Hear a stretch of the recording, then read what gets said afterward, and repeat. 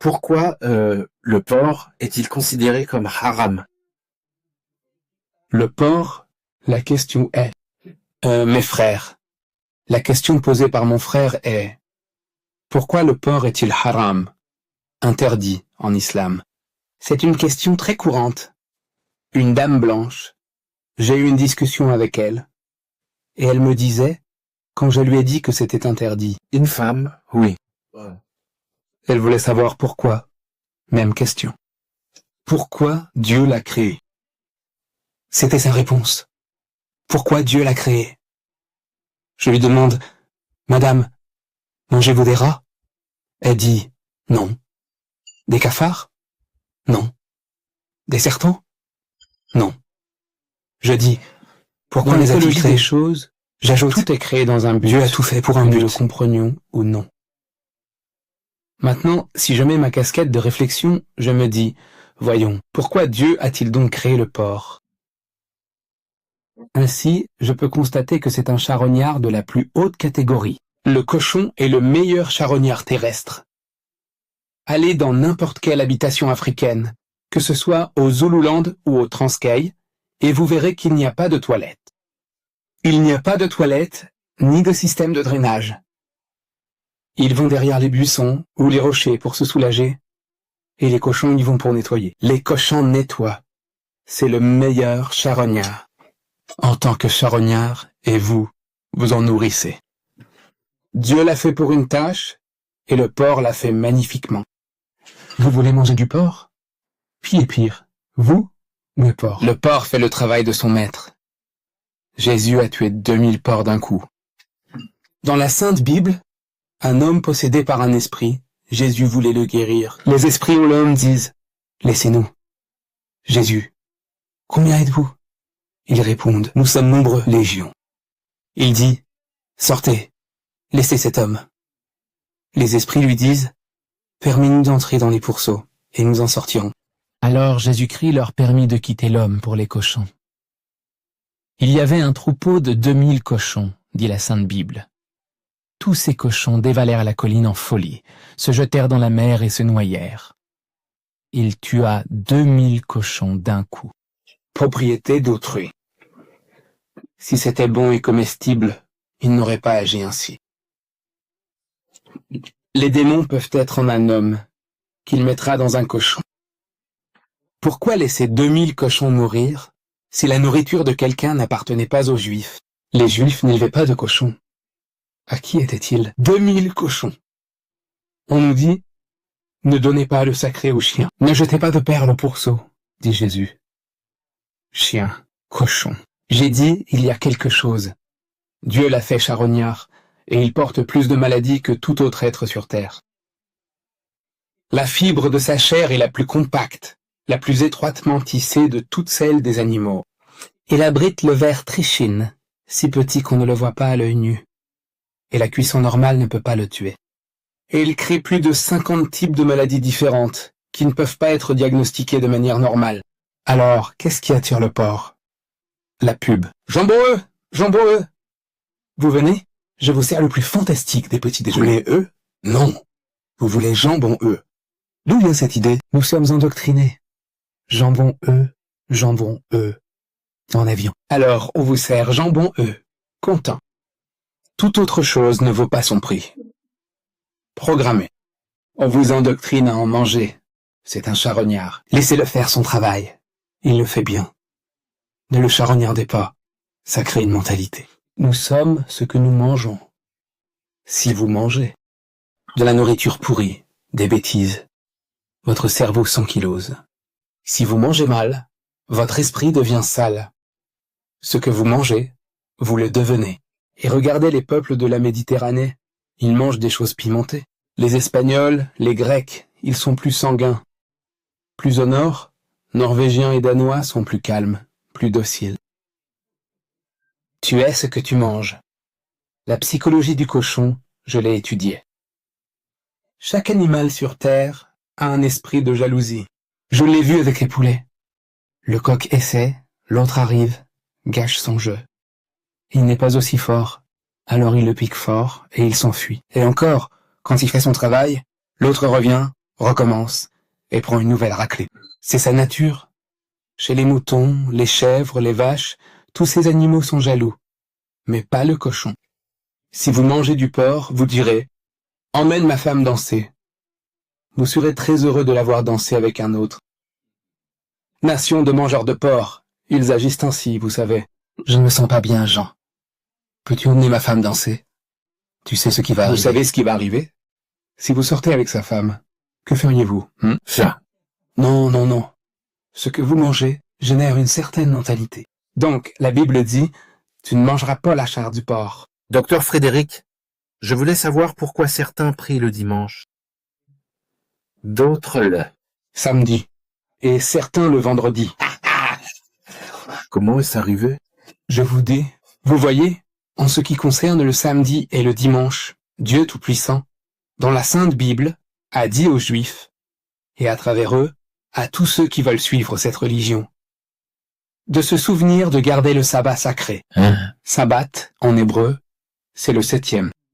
Le sabbat, le 7e jour, est le samedi. Ce fut le jour où Dieu, officiellement, pour les Juifs, un jour saint. Les chrétiens disent que le Christ est mort un dimanche. Ou bien qu'il est revenu d'entre les morts le dimanche. Ils le commémorent comme jour du Seigneur. Ils ont transféré le samedi au dimanche, mais ce n'est pas le sabbat. Le dimanche est le premier jour de la semaine selon le calendrier religieux. Selon notre calendrier, le dimanche est le dernier jour, mais religieusement, c'est le premier. Le samedi est le 7e, donc le dimanche est le premier. Donc les chrétiens, parce que dans le monde antique, le dimanche était le jour du culte du dieu soleil. Voyez, les païens méditerranéens adoraient le soleil. Pas le fils, mais le dieu soleil adorait le dimanche. Ainsi, les premiers chrétiens l'ont adopté. Comme les autres passaient leur journée de repos le dimanche, ils les ont rejoints, et c'est ainsi que le dimanche est apparu. Mais en islam, nous n'avons pas cette notion d'un jour de prière sans travail et de 6 jours de travail sans prière. Un poète arabe l'a magnifiquement formulé. Que les rabbins, ces érudits juifs, louent le sabbat autant qu'ils le désirent. Le vrai sage observe le sabbat chaque jour. C'est ce que nous faisons, 5 fois par jour, chaque jour. Nous avons besoin de nourriture physique, 3 fois par jour. Alors, pourquoi pas une rapide injection spirituelle, 5 fois par jour? Un rappel de vos devoirs envers votre Créateur et envers vos semblables. Le musulman, 5 fois par jour, chaque jour. Pas de sabbat juif ou chrétien. 6 jours de labeur, 1 de prière, cela n'existe pas. Nous prions tous les jours. Chaque jour est saint au Seigneur. L'Arabie Saoudite, oui. Elles sont découragées de voyager seules, oui madame. Serait-ce pour leur protection? C'est cela, exactement. Voyez, nous n'aimerions pas que nos filles sortent seules. Notre fils va à Johannesburg. Je dis, fais du stop. Mais je ne dirai pas à ma fille de faire du stop, non. Oui. Je dis à mon frère, fais du stop. Les raisons sont évidentes. Car l'homme, le prédateur, il est là, à l'affût, pour exploiter la faiblesse de la femme. Oui. En islam, il ne nous est absolument pas permis de nous retrouver seuls avec une femme. Pas ma femme, sœur, mère, ni fille. Les autres, à distance. Si j'allais à Johannesburg, et que je vous voyais là, sur le bord de la route, faisant du stop, je passerai tout droit. Ma religion me dicte de ne pas la prendre. C'est enraciné un peu plus profondément dans le sud. Ma religion m'interdit de vous prendre. Pourquoi? Bien. Rien. Même pour une femme de ma propre race, elle me dit que je ne devrais pas la prendre en stop, car c'est un défi à la virilité masculine. Si on voyage à 2 en voiture, avant la destination, je veux savoir si elle est mariée, ses enfants, depuis quand. Jason, tes enfants? Non? Et si vous ne travaillez pas assez? L'âge du salaire. Avez-vous un petit ami? Non? Il disait, on peut changer de sujet, oui, je peux t'emmener au cinéma. et elle est dansée. Au fond de l'esprit, il y a plus qu'une danse et un dîner en jeu. Donc le créateur connaît la machine qu'il a fabriquée. Il dit, non, gardez-les à distance. La dame est là avec un homme, son frère, prenez-les. Acte de charité. Ou son mari, prenez le père et sa fille. Acte de charité. Mais seul, ne tentez le diable. J'ai été très très impressionné par vos vastes lectures. Et puis-je faire cette humble suggestion? Non seulement une édition de la Bible, mais ses multiples versions que vous citez avec précision. Comment vous a-t-il été possible d'assimiler un si vaste volume de connaissances? Si vous êtes sur le terrain n'importe lequel. Vous? Oui, Tout domaine. monsieur. On peut en devenir maître. Monsieur? Cela m'a été imposé. Mais vous le savez en détail? Oui. Non, c'est une force, une contrainte. Les circonstances vous poussent aussi dans une ornière. Ah. Ça a commencé après l'école, à la mission Adams, près d'Amandim Toti. Et le Adams College, en face du magasin. Oh, donc, Donc les missionnaires chrétiens suivaient leur formation à la mission, au Adams College. Quand ils venaient faire leurs courses, à la ferme. Oh, oui, ils nous narguaient. On sortait de l'école et ils disaient « Mahomet avait tant de femmes ». oui, les deux. Moi, en tant que jeune musulman, je ne savais rien de tout ça. Il dit « Mahomet a répandu sa religion par l'épée ». Nous ne savions rien de tout ça. Il dit « Mohammed a copié le Coran des Juifs et des chrétiens ». On ne savait rien de ça.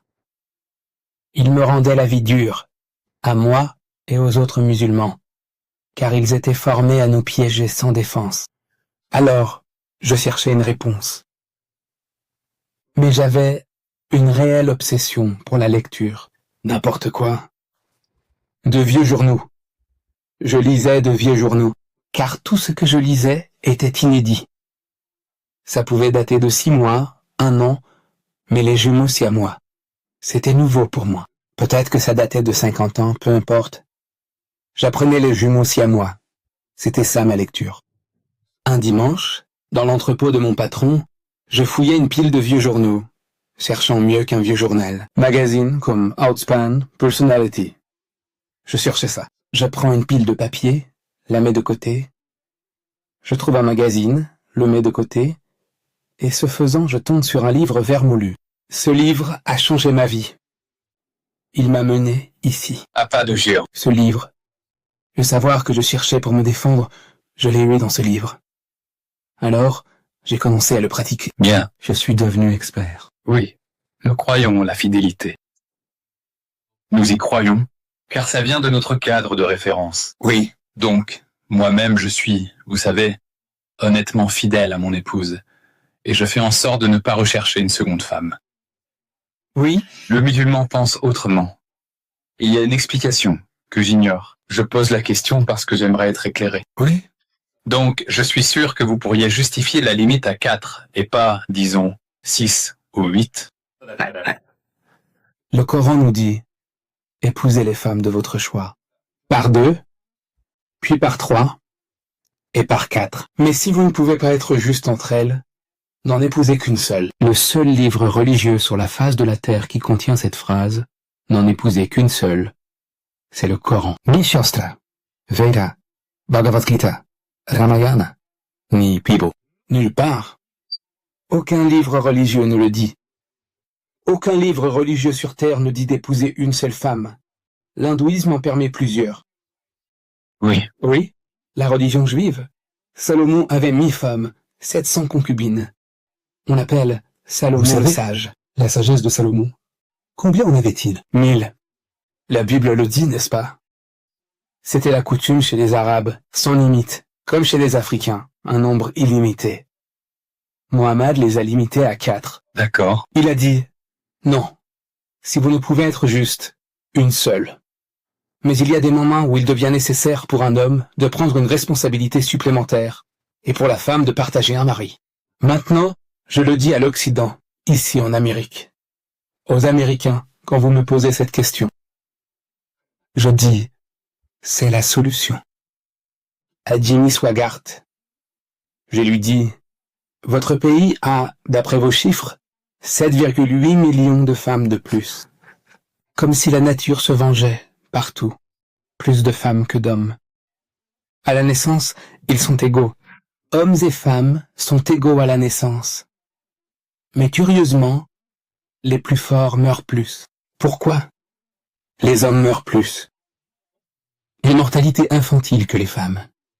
Pourquoi? Je ne sais. 7,8 millions au départ. Si chaque Américain se mariait, 7,8 millions de femmes n'auraient pas de mari, parce qu'il n'y a pas suffisamment d'hommes disponibles. Et parmi ceux-ci, j'ai dit 25 millions de sodomites, bégais, 25 millions sans mari. Ensuite, j'ai dit une femme, même si elle est frigide.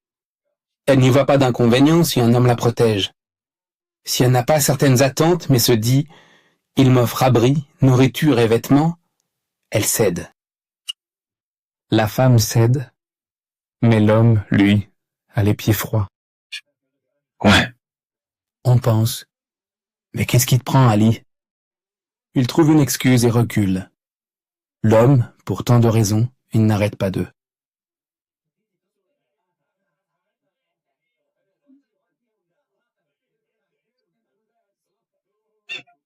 Alors j'ai dit, voyez, cette solution est là pour résoudre votre problème. Mais si vous riez de moi, c'est de vous qu'on se moque, idiot. Que ferez-vous de vos sœurs, tantes et filles? Dites-moi. 25 millions de sodomites. À New York seulement, il y a 1 million de femmes de plus que d'hommes. Et parmi la main-d'œuvre, un tiers est gay à New York. Sodomites. J'ai dit, toi, me juger? Je te donne une solution à ton problème.